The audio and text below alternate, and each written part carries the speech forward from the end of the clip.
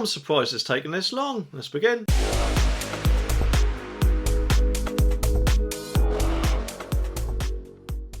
The article says that murderers and terrorists trying to sneak into Britain on small boats will no longer be able to use the modern slavery loopholes to stay. From today, ministers will withhold protections that may have previously stopped removals for anyone sentenced to 12 months or more. Migrants or legal boat people who declare false details of their journey will also face tougher immigration record and passport checks. And listen to this, evidence of modern slavery will also be needed.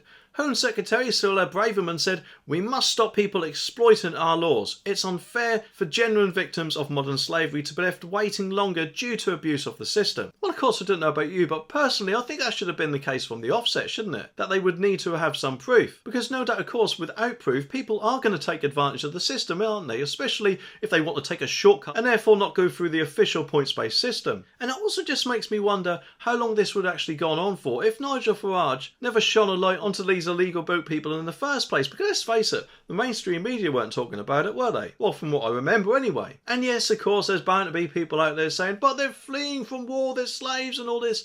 But a lot of them aren't, and are more than likely just saying that to try and bypass our immigration system, especially if they're a criminal, and therefore don't want to be fussed at all with any police checks that we may need to do. Assuming that is, of course, we've got their passports that they tend to like to chuck over the boats nowadays. And it comes after the Home Secretary asked peers to back the proper penalties for disruptive protesters in a planned law to curb guerrilla tactics used by groups such as Just Stop Oil and Extinction Rebellion. She added, "Enough is enough. Blocking motorways and slow walking in roads delays our life-saving emergency services and stops people getting to work and drains police resources. Around 75 days of Just Stop Oil action alone cost the taxpayer £12.5 million in police and response, which of course means that not only are they costing us an absolute fortune, but they're also risking our health and possibly our lives as well. So hopefully the things in this video will certainly stop them from doing that in future.